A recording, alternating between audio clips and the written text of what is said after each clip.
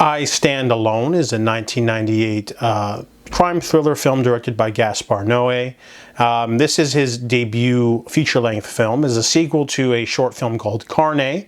Now, I watched that one first. It's on YouTube. You could probably find it online if you can't find it on YouTube. But Carne was a pretty solid, simple, short 40-minute story about a butcher who, in case of mistaken identity, viciously attacks someone and loses everything. He's a single father who has his daughter, is the only thing that is good in his life, gets taken away from him, and he has to go to prison, and he has to lose his shop when that happens. So this movie takes place sometime later.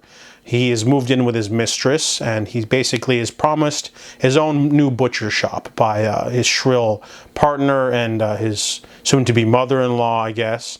However, they are lying to him, and he decides to go on a rampage with a gun, but not do anything with the gun. He's basically a sort of just mad spiral into depression. This movie was really depressing, really dark. It's mostly voiceover and just him walking around and interacting with people, trying to ask people for money. It's a really strange film because it's very different from Carne. Carne is only about 40 minutes long, and it's quick and it's punchy. This one's drawn out and awkward and weird, and the finale is just disturbing.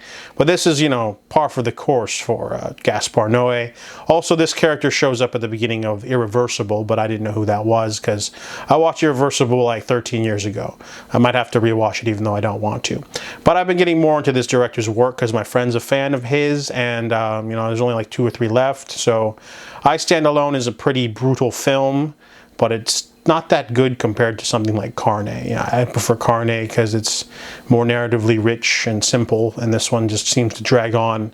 So overall, I Stand Alone is interesting, but you have to watch Carne first, and probably do a double feature if you're looking for the debut film of Gaspar Noé. It's a different flavor from his other work for sure. It's definitely unpolished and a little bit more ragged around the corners, but still interesting. Give it a 5 out of 10.